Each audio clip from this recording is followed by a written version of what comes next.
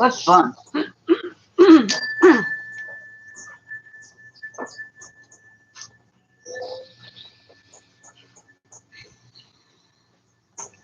morning. Pura Vida. Welcome to this week's Dharma Talk. And thank you for joining us here at beautiful Bali Rica, in beautiful Costa Rica, and on the internet.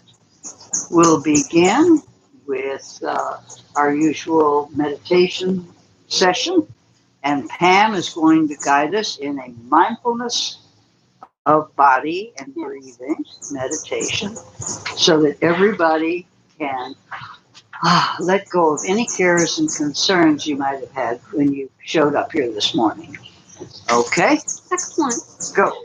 So I'm Pam, and I know we're all seated. Find a nice tall seat, though. Adjust your posture so that you can really feel the ground beneath you. Feel where you're sitting. Move flesh out of the way if you need.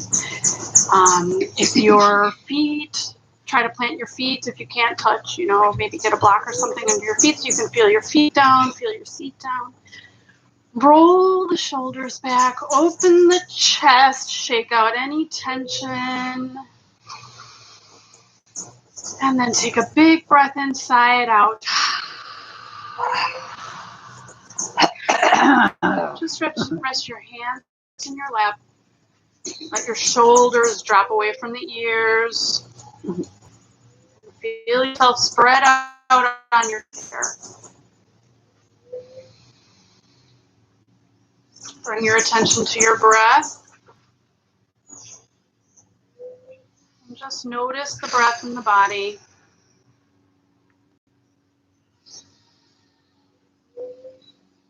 There's no right or wrong to the breath. It just is.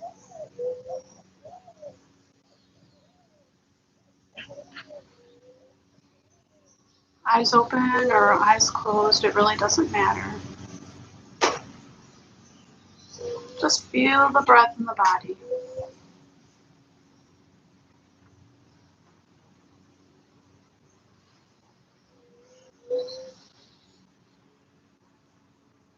And with a little more intention, start to lengthen the breath. So you're taking longer, slower, deeper breaths.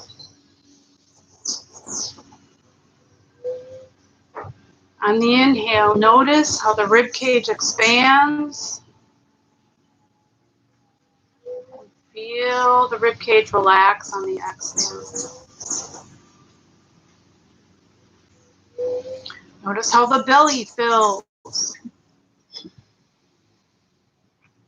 And you press down into your seat. And as the air leaves the body, squeeze out every last bit of air. Pull the belly button in and grow longer from your seat out the crown of the head. On your next inhale, notice the breath in the back of the body.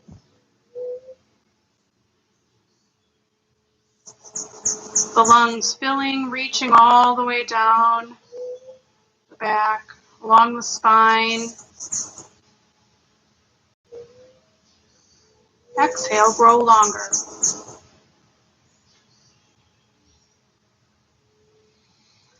On your next inhale, feel the breath all the way up under the collarbone, up into the shoulders and into the neck. And exhale it out, release. Sink more deeply into your seat, grow longer through the spine.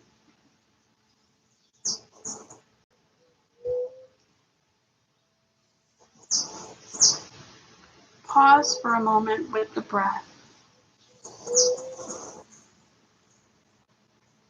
Use the breath to seek out those dark corners and shed light, bring awareness.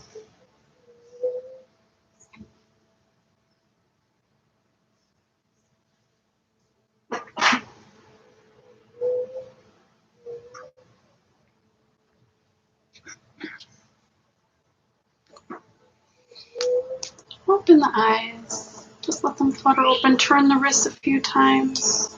Roll the shoulders a few times. Maybe take a twist. Drop your head.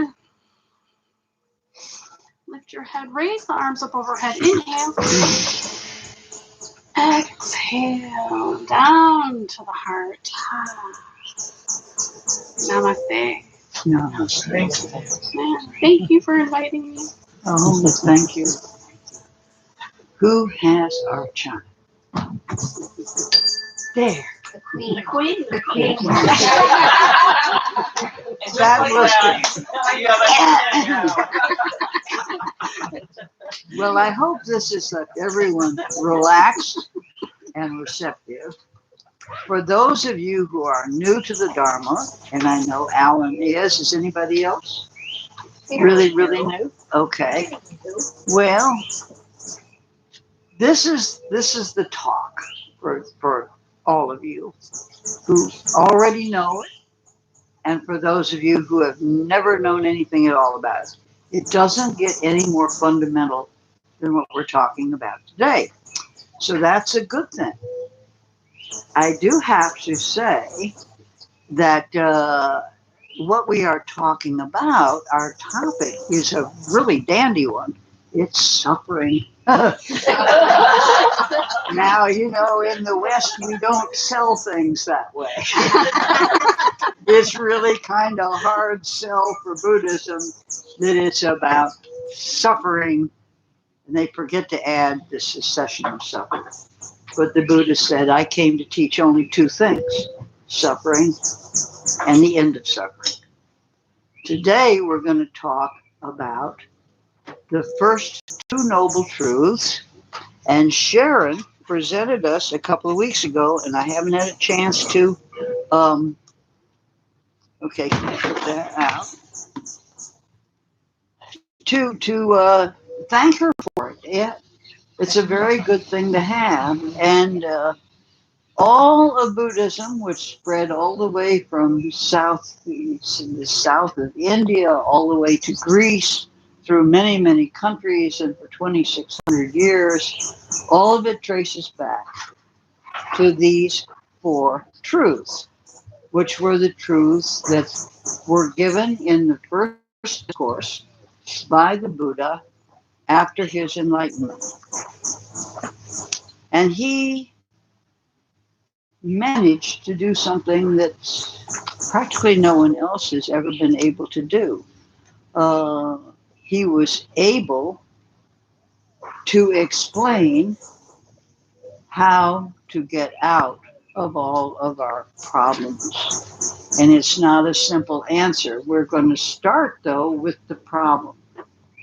And the problem, as he saw it, as a very compassionate young prince or person of high birth, was that all sentient beings, that's anybody, anywhere, this plane, other planes, animals, whatever, who have consciousness, the one thing they all share in common to begin with is they all suffer in one way or another. It can be everything from very mild, and here we begin that everything in Buddhism is on an arc. From the lowest, it's on a spectrum. From the mildest, I can't get no satisfaction, all the way up to horrible things that can happen to people. It's all suffering. So his question to himself, and it took him 6 years of intense study, following many years of less intense studying before that. He came to this conclusion that you could cease to suffer. But we don't know how to go about it. And so his mission was to take us through the first two of the Four Noble Truths. The first one being there is suffering in life. The second being there are causes for the suffering in life. Now, he took a for that era, very scientific approach to all of this. Buddhism is not about beliefs. It's about finding the truth and realities and things. And so we don't get to the cessation of suffering until the third noble truth. And then we get to the Eightfold Path, which is how we achieve what we're doing. So basically, as we talked about before, these truths are set up with everything we do from here on out in Buddhism. You start with awareness. The word Buddha means the man who woke up. Bud is the root for awake. So we begin with awareness and observation. Wake up. That was his instruction. So we begin with awareness, and then we analyze whatever it is we are aware of and wanting to analyze. Then, after we've observed, after we've analyzed, then we exercise free will, which is choice. We decide what to do with it, and this is we take action. Observation, analysis, action, and then the fourth noble truth is the Eightfold Path, which is very, very solid instruction on how to go about the path of escaping what is known in Buddhism and in all of the East as samsara. Samsara is the wheel of life. It's a life that is saturated with various kinds of suffering. There is also joy, but it's like anything else. We don't worry about the positive stuff. We're worried about the negative stuff. We want to do something with that. So anyway, we'll put this one back. And thanks to every... Okay, well, I just broke something. There we The go. incense fell. That's all right. This is a Thangka. If you want to look them up on the internet, it's Tanka or Tangka. And we have since this is a little difficult here. Here, I can put this right. Yeah, I guess you guys between. Can you pass that on? Sure. Here, we just have a couple of magazines that have pictures of Thangkas. And you can pass them around and take a look. This is Tibetan art form. It's different in different countries. But when you first see a Thangka, you remember that we only have three responses to any stimuli. We're attracted, or we have aversion, or we're indifferent. To the Western eye, when it first sees Tibetan art, it very often has an aversion. The colors are extremely bright to the point of being garish. And the artwork is very, very busy and crowded. So this is not appealing to us at first glance. So if you have a sort of a negative or an indifferent response to this painting, practice being non-judgmental. Because this is an incredible teaching tool. This has everything that you need to know fundamentally about Buddhism, and you could have many, many years and many PhDs and other merits and study for years that will take you through this painting. I would recommend, if you like what we're going to talk about today, that you pull up some Thangkas. Susan she researched this, and you looked at how many thousands of them. I was amazed. Amazing how many there are. Between 700 and 800 traditional Thangkas subjects in Buddhism.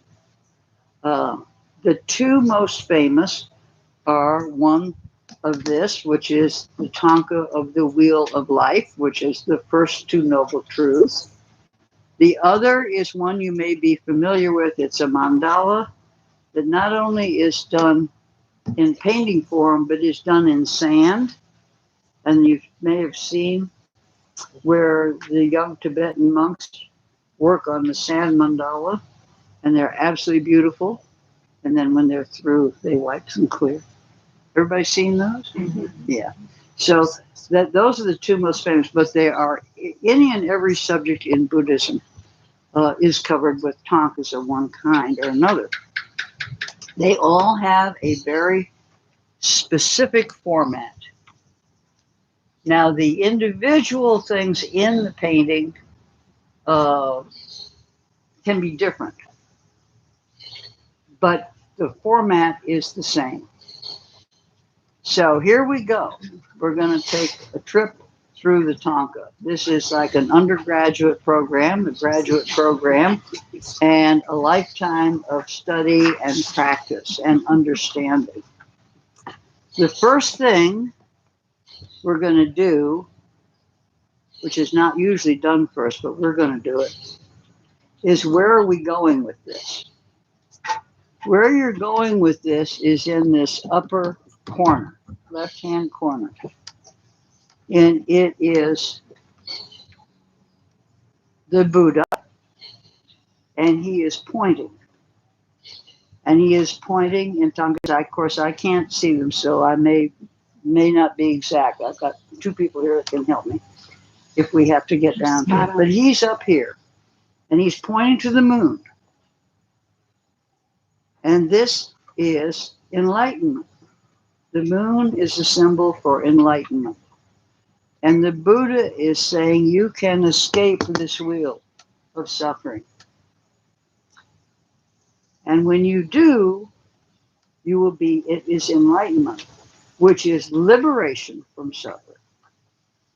You are free from all suffering in future lives or this life. That doesn't happen for most of us. It doesn't happen in one lifetime. But it comes from the Buddha saying, I am not, he says, I'm not any kind of Messiah. I'm a teacher. Please listen to me. I am the finger pointing at the moon. I am not the moon. And one of the things, and Alan, this would be different from anything you've had before in religion, is the first thing the Buddha instructs is to be skeptical, be healthy, take nothing on blind faith. This is very different from Western traditions. Because he believes until you have experienced it, it is really not yours. You have to experience something for it to be yours forever. Somebody can't just hand it to you. They can only present it, and then from there, if you can use it and it works for you, then it's yours forever. You don't have to join anything. There's no word for sin in Buddhism, but the root is ignorance, and we'll get to that in a minute. But anyway, so there's the Buddha up there, and he's saying, okay, there is a way out of here. Down here, or over here, there's a demon, and he is holding the wheel in his claws. This demon is Mara, who was the demon who tried to prevent the Buddha from ever achieving enlightenment, or its Lord Yama is another name for him in other countries, and most people say it's the Lord of Death. Well, both of them, whichever name you use, it is the Lord of Death, but the real symbolism is that it is the impermanence. He's up here. Where is he up here? I wanted to point to him. Yep. Okay. It's impermanence. Birth leads to death. Death leads to rebirth. And in Buddhist and Hindu treatments, it goes around and around. It's not linear. Everything leads to something else. So now we're going to go to the beginning. And the beginning is a hub right there. You see the hub? There are 3 animals in the hub. This is the wheel of life which goes round and round, lifetime after lifetime, and is called Samsara. And the word for Samsara, the meaning of the word Samsara is wilderness, lost, wandering. That we come into life and, who am I? Why am I here? What do these people want from me? It's just we're at the mercy of much, and much suffering comes from this. So samsara is energy. The energy of the wheel is in the hub. And the 3 animals are a snake, a cockerel, rooster, and a pig. And these represent the negative energy. I'm going to stop right now and say one thing. Positive and negative. You can simplify it right down right now, positive and negative. Everything here is going to be about energy. Okay, so positive, say good. Negative, say bad. So we're going to do positive energy, which leads us on a path, a spiritual path to enlightenment. Negative energy, which keeps us going round and round and round and round in the wheel of life and never getting anywhere. So the 3 animals are the energy, they're holding each other's tails. They're pushing and pulling each other. One is ill will, hatred, anger. Okay? That is the snake. The cockerel is craving, lust, the inability to control one's passions. The third, poor pig, is the pig, and he is ignorance. There they go. So you have lust, hatred, and ignorance.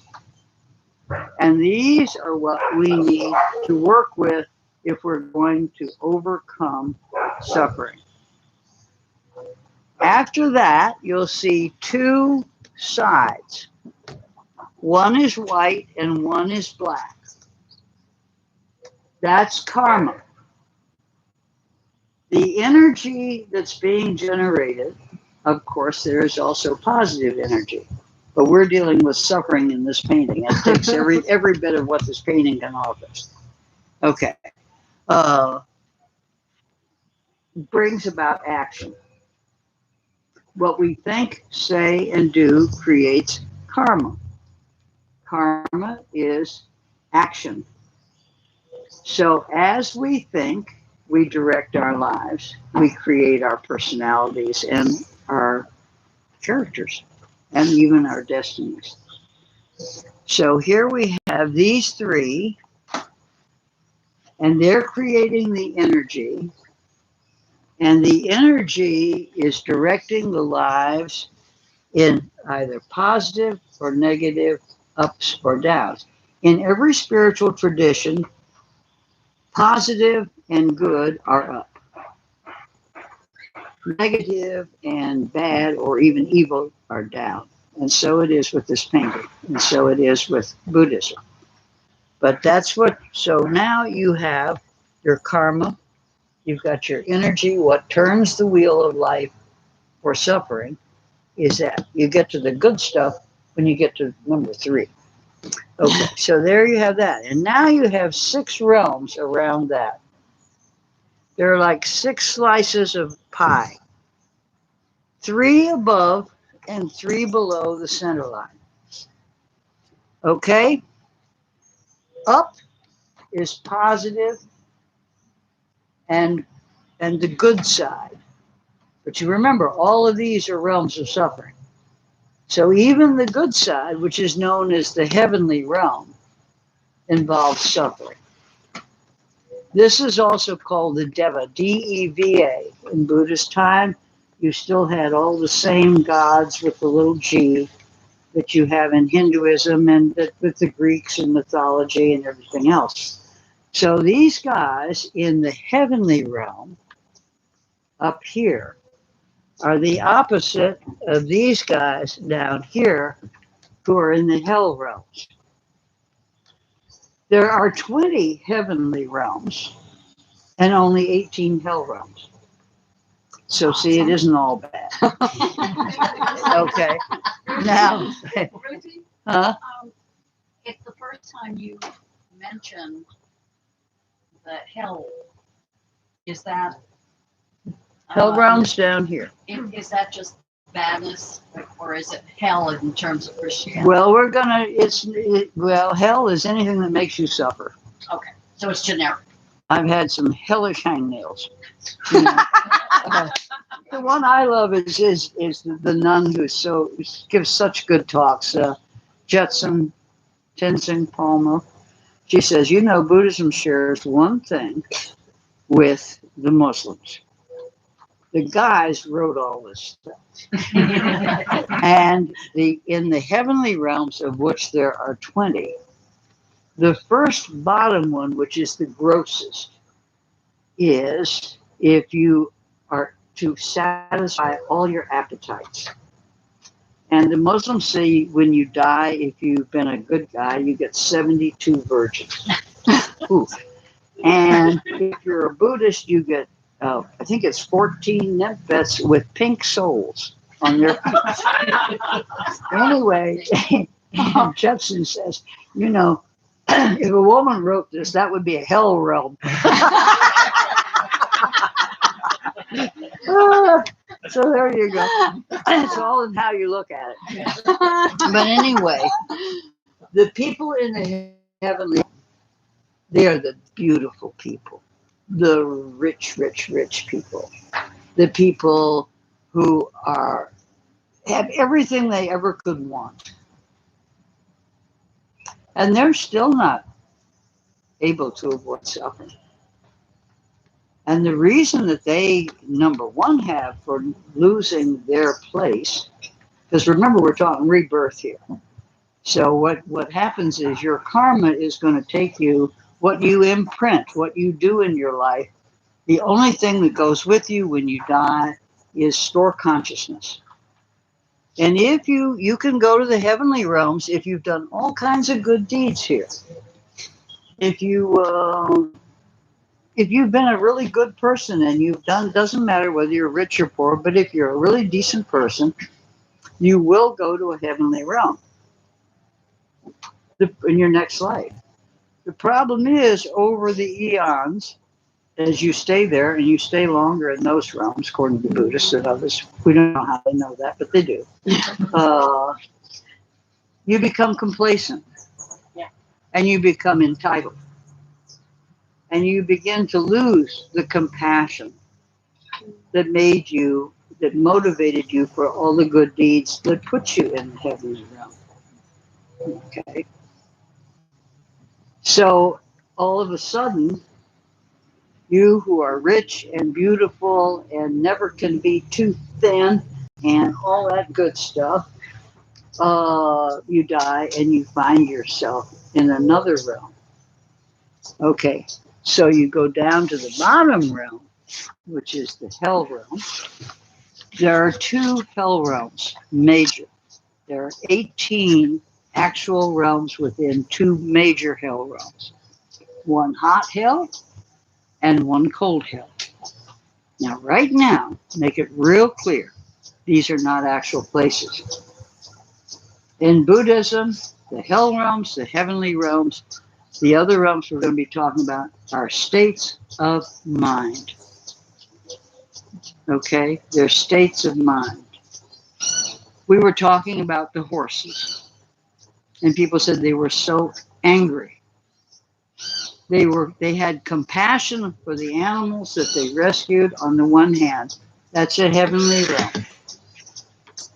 On the other hand, they were so angry that these animals had been mistreated the way they were. That's a hell realm. The marker emotion for the hell realm is anger.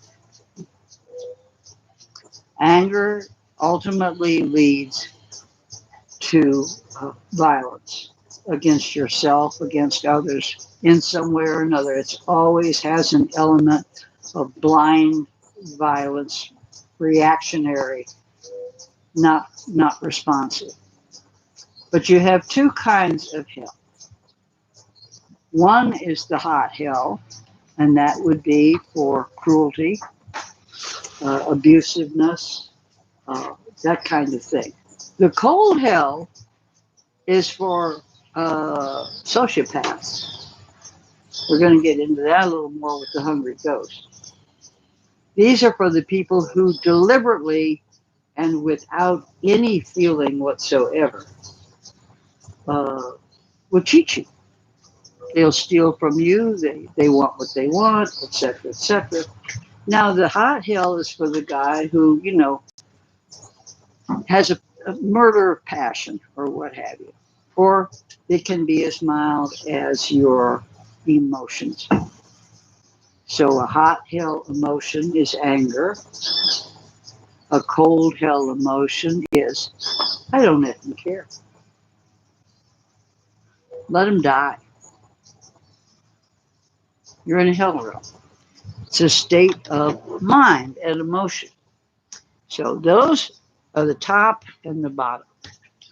Up here, you're going to see yourself in here somewhere. Be kind of aware. In any one day, you can go through almost all of these realms. Really, you can be angry one moment, compassionate the next. Over here, this is the realm of the Asuras. This is the realm of the warriors. This is the realm of the achievers. The people who are really wanting to do something. They are socially, perhaps upwardly mobile. They are determined to make $1 million by the time they're 20. They are the doers, the workers, and all that. The hell realm, it was really interesting because Sharon was there and she was helping me try and research the names of a couple of things and whatnot. And we read it and they said, oh, the Asuras down here, their problem is the tree. And after you left, I remembered I did know that. I just forget so many things.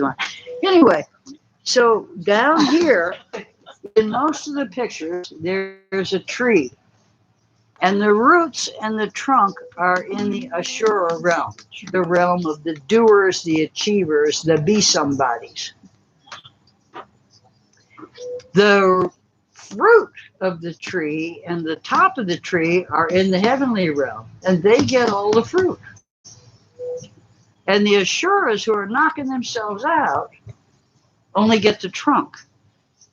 So their hellish situation is that they are always at war with what they want themselves. They want to be the rich, the beautiful, the top of the heap.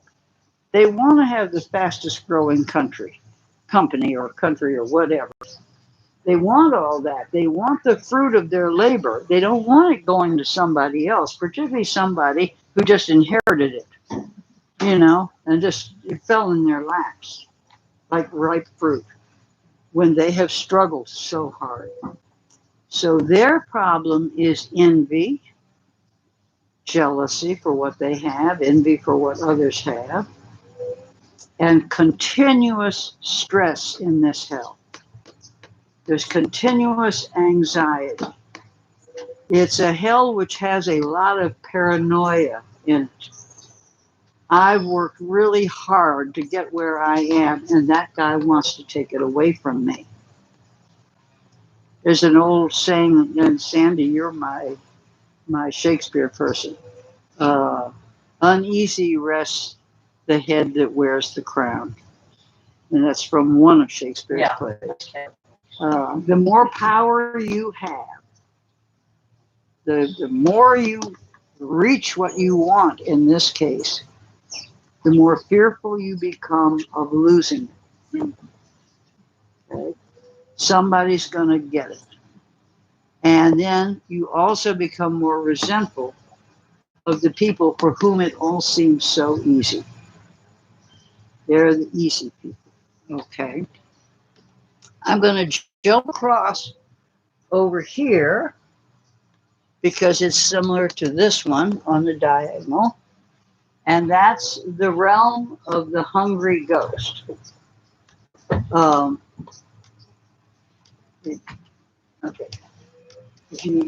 No. Okay. Sorry. The realm, that's okay.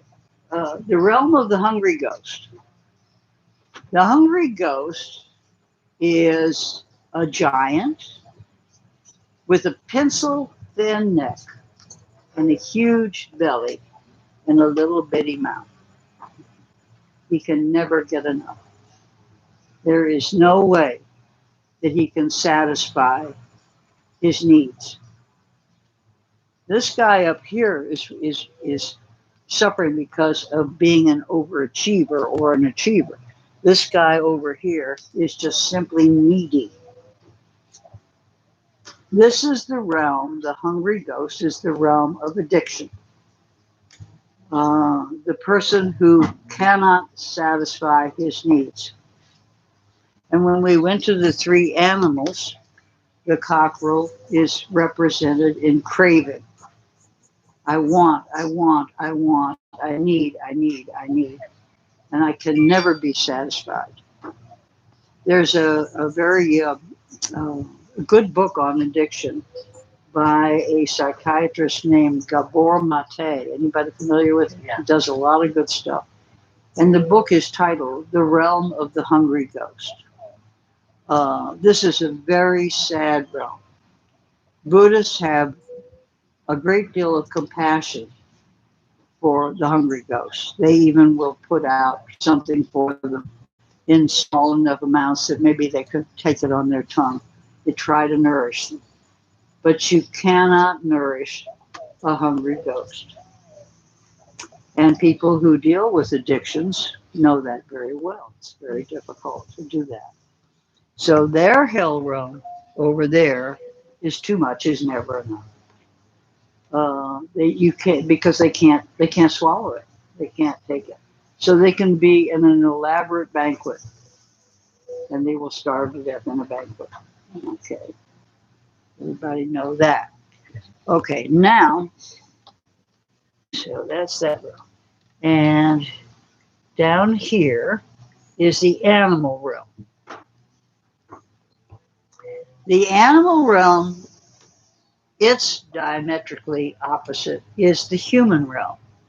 These are the only two that have direct sentient being tags.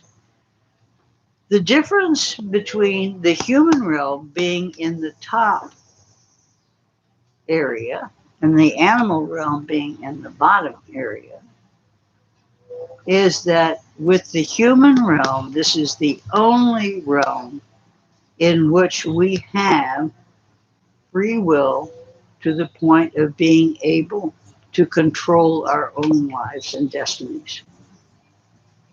Animals may be better people than people in terms of loving kindness and charity and all good things.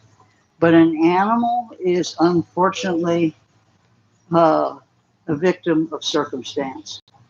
He could end up being, treated just wonderfully, or he could starve to death with nobody loving him at all. So he has no choice.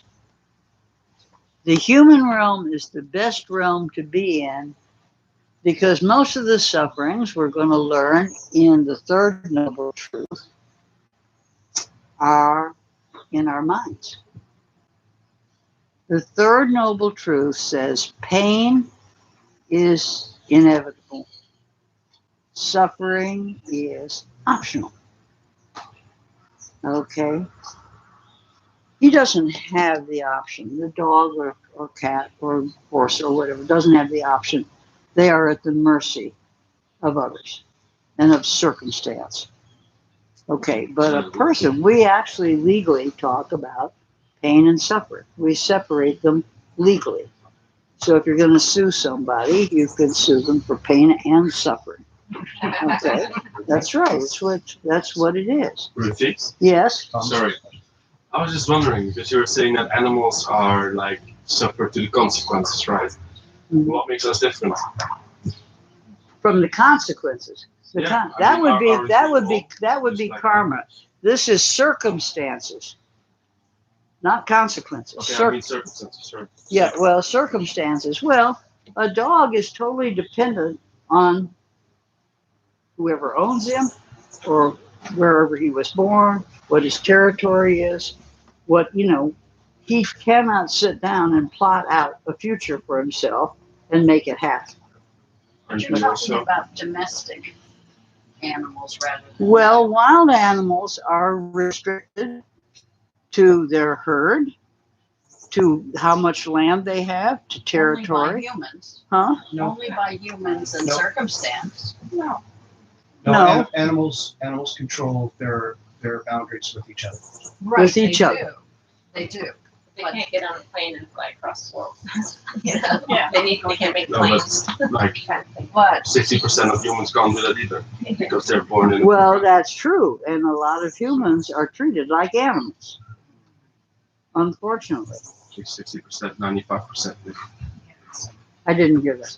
I said 60%, but more 95% that can't be able to sit here. I mean, I'm sitting here because I'm born in a specific country that's a really rich country. Oh, well, With we are wealthy very family. privileged. And I see what you're saying.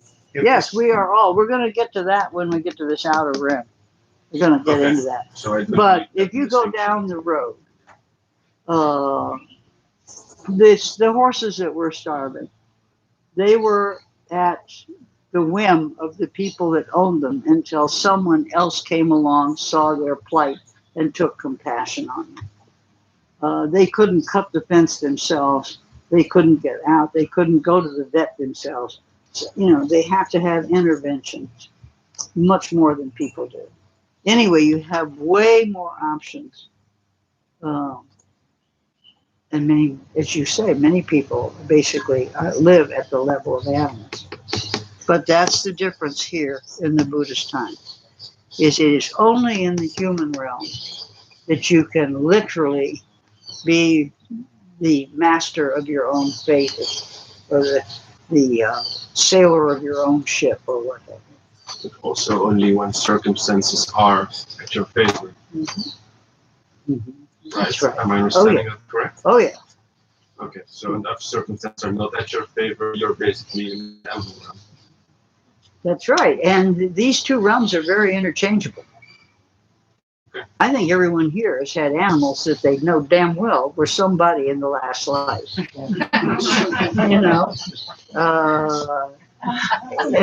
Seriously, you can tell they got personality. Some of them, look at a little dog now that Susan brought, who's an executive. He's in the show. I mean, he's this big, and he just, he's just ruling the whole thing. So you got to realize that's in actual physical time, but we're talking states of mind here primarily. They can have environmental actuality. But the main thing we're dealing with here is our own head, what's in our heads. Okay, who didn't I do? Can I ask a question, Vicky? Sure. So it's not necessarily circumstances, because somebody who is extremely poor and can still be a Buddhist and can still reach enlightenment. Mhm. So it isn't necessarily that it's Look, being up here in the heavenly realm, doesn't guarantee being happy. so they That's haven't scenario. got their base needs met. Okay. Yeah, if your primary needs are to find water and food every day, you're not thinking about spirituality. This is purely a problem of modern rich world. You don't know that. You don't know that because you're not. Well, let's get busy then and get out here to this outer realm. Let's get out here to this outer realm, because why is it that we talk all the time in Buddhism? The first of intentions is renunciation, letting go. We talk all the time about letting go, letting go, letting go. Whereas in the West, we have a tendency, give me more, give me more, give me more. It's adding on. The Buddhists tend to reduce. Okay, so why is that? Okay, on this outer realm, there are pictures. It's called the 12 Lengths of Causation. Oh, I've missed so much stuff already. But we are out here, so we'll jump in because it's to what you're talking about. The Buddha says everything is a matter of cause. Huh? Yes. What's that? They're going crazy right now. Yeah, they are. This is called dependent origination. You know, we have three major laws that we talk about that are natural laws in Buddhism. One is impermanence. That's this guy up here. Everything changes. There is no way to maintain a status quo. And those who attempt it are doomed to suffer because you cannot stop change in time. The second is karma. Everything we think, say, and do creates ourselves. And we take ourselves with us wherever you go, there you are. Okay? So there you are. That's karma. The third is interconnection. Every one of these realms is connected to every other realm. One thing I didn't say is in each of these realms, there is a Buddha. You can get out. No one is permanently stuck in a hell realm or permanently stuck in a heaven realm.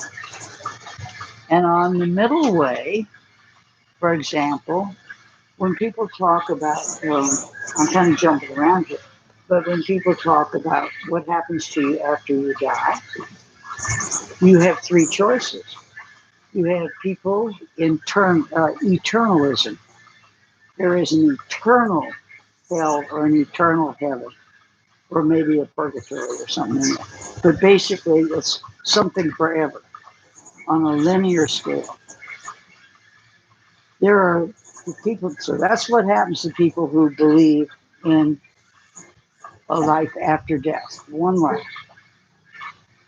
At the other end of that spectrum, you have nihilists. They say that nothing happens to you. After you die, it's gone. There's nothing there. Okay, they have a lot of hard times, nihilists do, because they're cynics. You know, I can get away with it if I die anyway. Why not? You know, type attitude. Whereas the eternalists say, "Ooh, I better be careful." You know, something like that after I die. In the middle, you have the whole Hindu and Buddhist concept of rebirth, which is that this is a cycle of life and you're going to die. You're going to carry with you your karma, which is your consciousness, which is what you know, as you think, so you direct your life. So you direct yourself into your next life, where you're going to go next. To do that, and we'll get back to why letting go is so important. On this outer realm, there are 12 pictures, and these are the 12 lengths of causation. And these links are saying what the thigh bone is connected to the knee bone. You know, everything is connected to something else.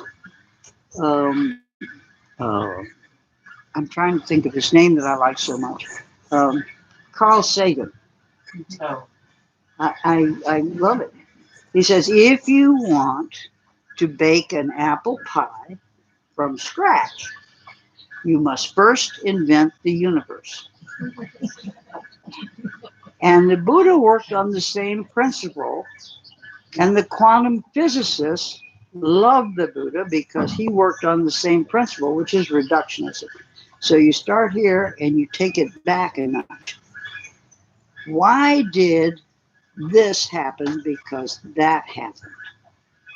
And what caused this to happen was that happened.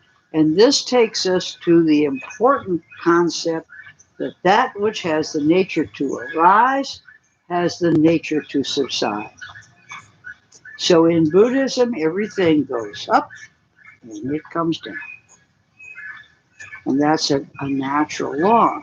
Now, I take a little bit of offense at the 12 links of causation because the very first link that causes suffering is ignorance. And this is depicted as an old blind lady. Which I think that's so unfair, but that's who she is. Okay, so that starts it off. And because of ignorance, let's say, you mistreat an animal. You didn't know any better, you know. And from that, someone else. One thing always leads to another. Nothing happens in a vacuum. Okay, this is just a fact. The Buddha, however, disagrees with the quantum physicists who really approve of him in that they believe that they can finally get to a God principle, that you can reduce it to something. And the Buddhists say, no, there was never any beginning. It's always been. So with the chicken and the egg, neither one came first. They came together. They were a package deal. Okay? So they're saying, you know, don't think that you can reduce it till you finally reach the end. The world is round, and round has no beginning and no end. So for anyone with sentient consciousness, you can't get back to a God principle. It's always been. So that's something you accept. Anyway, one thing leads to another. And sometimes this wheel is actually animated and children can move it around. So that if any realm can be caught in any of these causes and conditions. Everything has a cause that's a result of a condition, whether it's poverty or wealth or whatever any of these things are. So I'm trying to think what I've forgotten, and I've forgotten a whole lot that I should say and I didn't say. Okay. So anyway, the Buddha's out here, and he says, you can get out. You can get out. Oh, here's what we're talking about, letting go. It's not that we add on even to our knowledge. It's letting go that gets us out of this. Let's take, who was talking last time about anger? Somebody was talking about being angry. What happens if you are no longer angry? You're liberated from it. So we talk about the strength of chains. You're only as strong as your weakest link. Okay? The Buddha says if you want to get to nirvana, you break the chains. If you have a negative response, such as anger or greed or lust or whatever it is, if you can liberate yourself from that, you have broken the chain that goes from that along with the breaking of it. Does that make sense? Am I saying that okay? So if you're angry and you're no longer angry, all the things that would have happened had you not overcome your anger and let go of it would have continued on into suffering. But if it's not there anymore, you're liberated from anger. That's really kind of a big thought. Let go of the negative. Let go of the negative. If you can actually let go of the negative emotions that create suffering, you have liberated yourself from suffering. So the Buddha is saying, okay, what's your weak link? What is causing you to suffer? Envy, greed, hatred, anxiety, whatever it is. If you can address that, even if you can't get rid of it altogether, you can mitigate it. You can tone it down. You can bring it down. You can control it because you have a brain and you can train your head to do that. I know, that's tricky to think about. Maybe it's not that I want my chains to be stronger. Maybe it's that I want to break them. So there we are. And, Ruthie, yeah, you were talking about the 12 links of causation. yeah, this is a huge topic, by the way. Okay. Yeah. The first was ignorance, right? Yeah, I've got the whole list here somewhere, Oh, but I will tell you this. One of the suttas of the Buddha, Ananda, who's his cousin and his man guy, takes care of him with everything. Comes and he says, "Well, I understand dependent origination, but which, by the way, you will see with many other names, dependent causation, independent co-arising, etc., etc., etc." This is the real part of Buddhism that takes you to non-self. And to the when we talk about our Buddhism that we deal with is all very much on a plane that we can all understand it. But when you break through to nirvana, you're in another plane. And that plane is involved with you have broken all the chains of ego. And as you move from one to another, now you're in a whole different world. That's where I say, now you're in rocket science. Okay, with what we're doing is how do I deal with the fact that I can't stand my Aunt Ruth? How am I going to have Thanksgiving with her again? And you learn to deal with it. The antidote, there's an antidote for every one of these. Everybody here experience anger?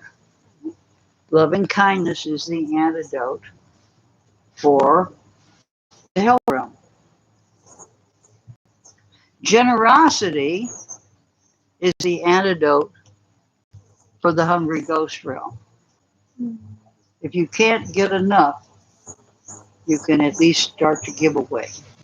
The more you give away, the more you're going to open up. So that's the one there. So they have different ones. I might not be able to remember all of them.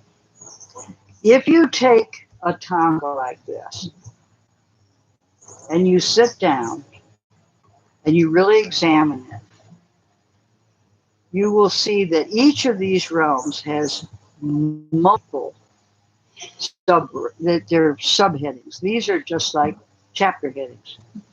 Okay, and this is a really, really strong thing on when it comes to psychology or philosophy, either one. So I don't know. I'll go home and I'll remember all the things I forgot to say. Maybe we'll do it again. But here we are, and Suzanne researched it. I wanted this particular Thangka, which comes in many different representations, but it's always set up exactly the same way, because this is the first Thangka. This is the one that, as he traveled about all those years and established monasteries, the Buddha said that it should be at the entrance to every monastery.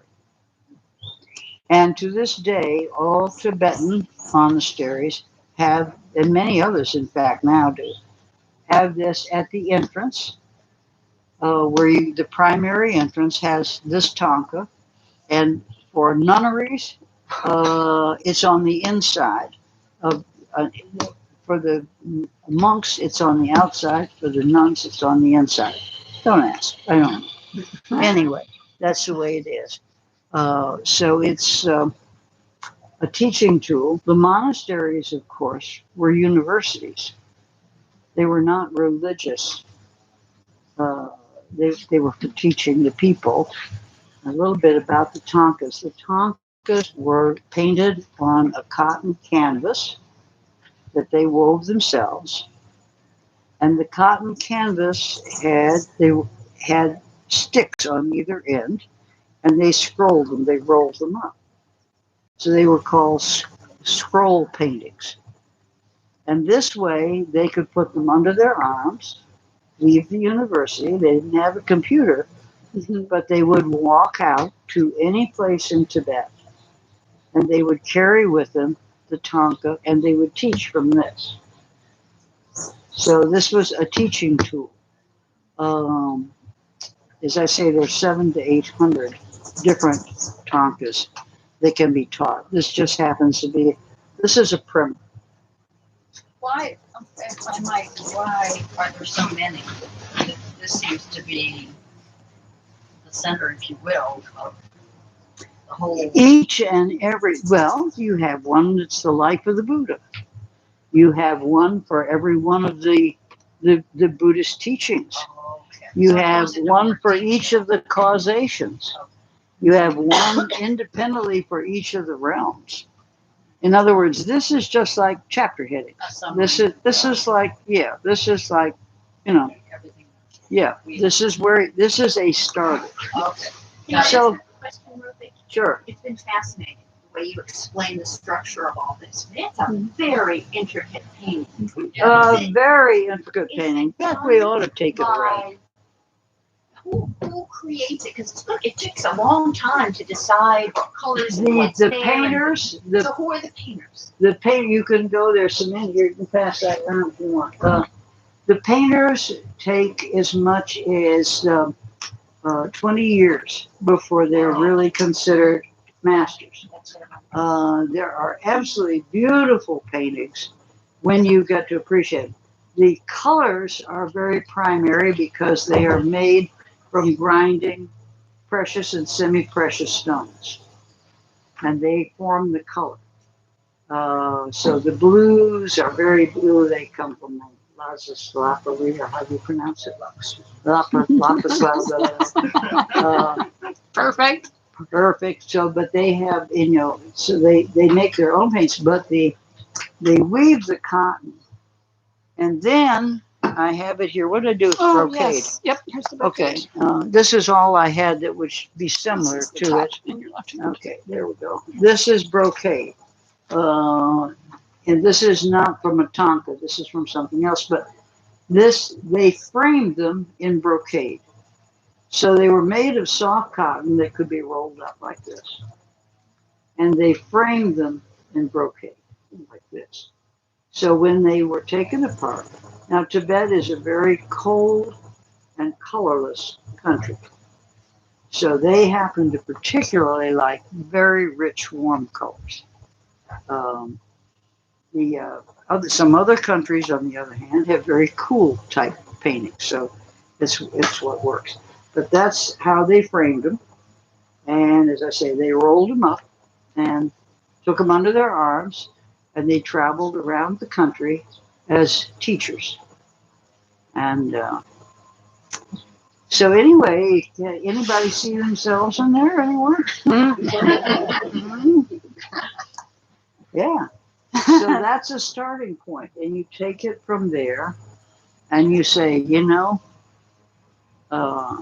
maybe I am really envious of, people who have more than I do. And that's causing me to suffer. It's not doing anything to them, but I'm suffering. And I really would like to get rid of this sense that poor me somehow. When you let go of something and it isn't there anymore, you're liberated from it.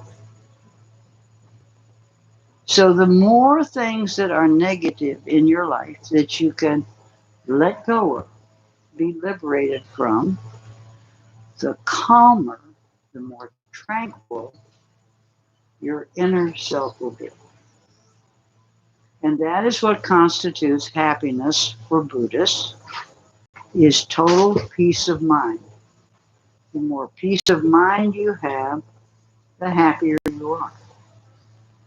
So when you're enlightened, which is liberation from suffering, you will experience a truly deep, blissful, tranquil happiness that is much more lasting than getting a new car or whatever. That's happiness too, but it's a different kind of happiness. Okay? So there are teachings that go on and on and on. The psychology is intense. It's been very interesting to me, and I think maybe to some of you guys, to see Jeff, who is a psychologist who specializes in addictions, who came to the Dharma, about 3 years ago now? And what it has done to him. He is almost entirely now worked from a Buddhist framework. And I read not long ago that this is becoming the norm for psychologists. They are finding it's so much more productive to work from the Dharma point of view. Then, So, anybody got any? Why don't you, because you can see, or you. I'll start. Yeah, First let's talk now. I don't know how much time do we have left. Well, we're already at 11:30. We're at 11:30. Oh shit.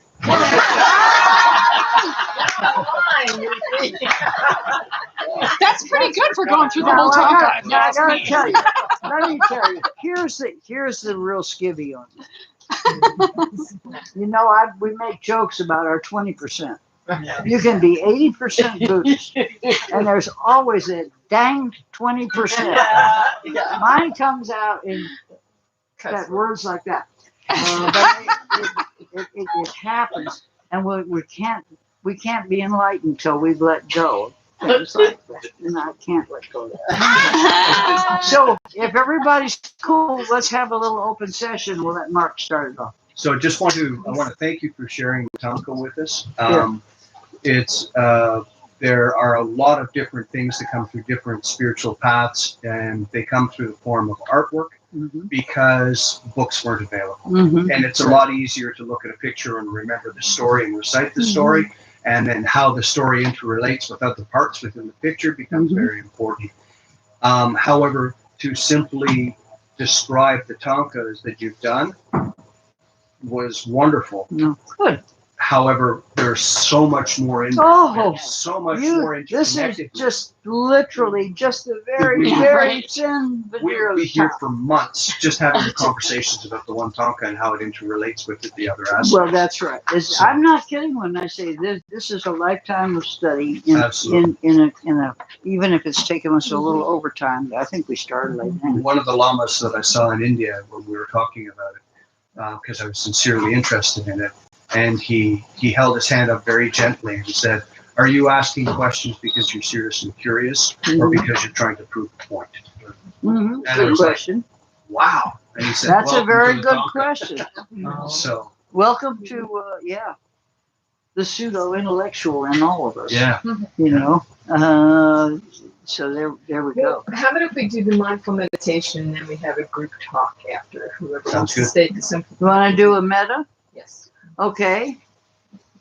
The Buddha says that the four Brahma Viharas, which are loving kindness, compassion, sympathetic joy, and above all, equanimity, being balanced, are antidotes to any of our psychological problems in one form or another. The specific use of loving kindness is to overcome anger. That is the hell realm's emotion, and it is conquered by exchanging, letting go of the anger in seeing the humanness, the interaction, the impermanence of the situation and the person you're involved with. So for those who haven't done it before, we're going to do 5 people. We're going to take 5 people. You're going to start with yourself. Then you move outward on the circle. Then you move outward again. Then you move outward again. Until it encompasses all sentient beings on this plane and all other planes. Remember, we read the Albert Einstein quote, which sums up Buddhism very neatly, that our senses are sort of prison for us. And the only way out of that prison is through compassion for all living beings and all non-living beings as well, the beauty of them. So I'm going to just simply say a phrase,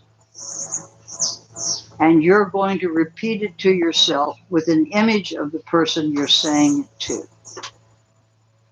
And if you will be open, just feel how saying it makes you feel.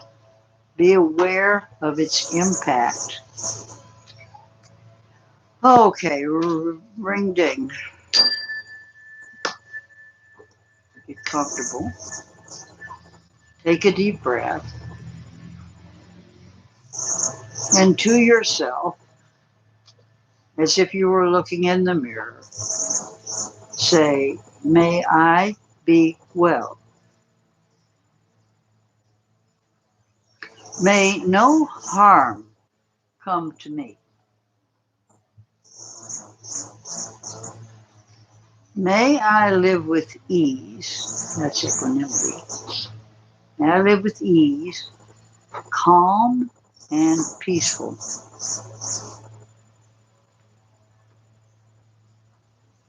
May I be happy.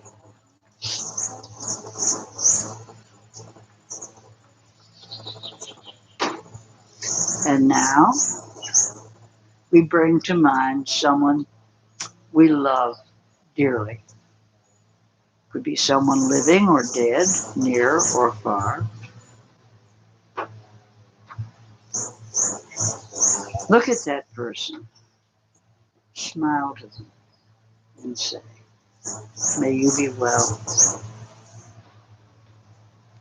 May no harm come to you. May you live with ease, calm and peaceful. May you be happy."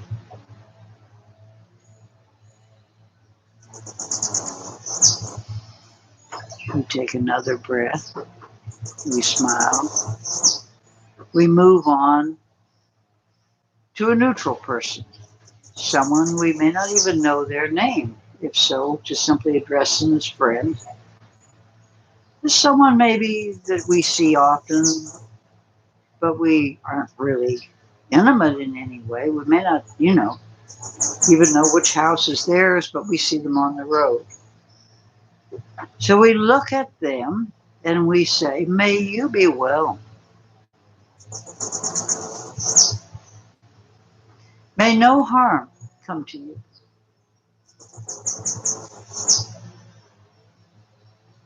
May you live with ease, calm and peaceful.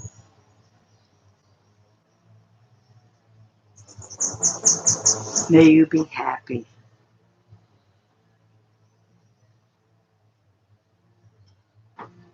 And now we take a deeper breath and we bring to mind someone with whom we are in conflict.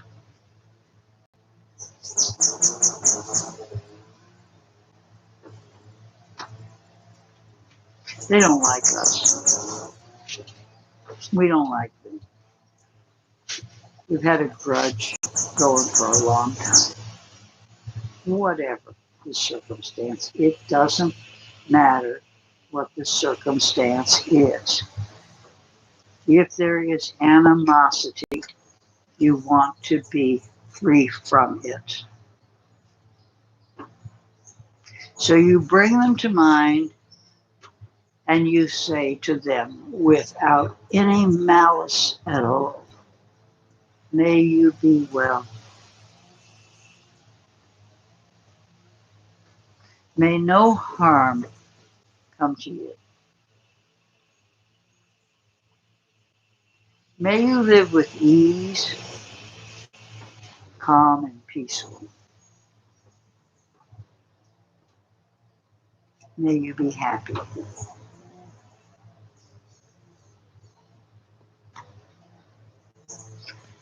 And now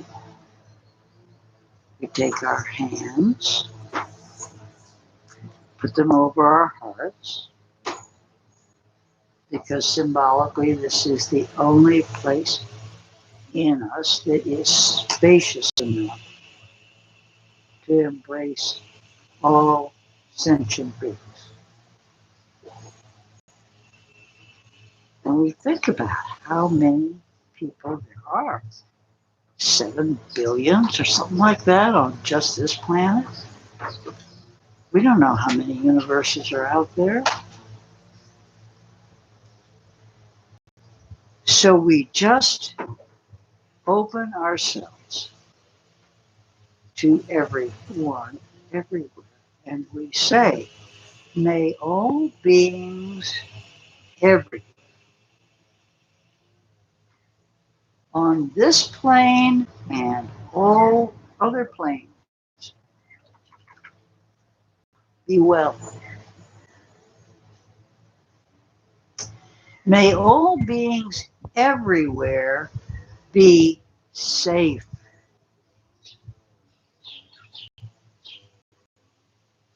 May all beings everywhere be free from suffering.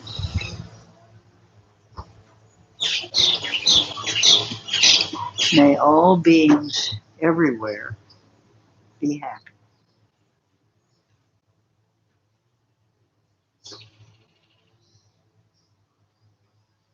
Now we sit with that. If we're at home, you can sit with it sometimes quite a long time and begin to feel this unconditional goodwill, this loving kindness, kind of come in at a cellular level. It can wipe away a lot of animosities.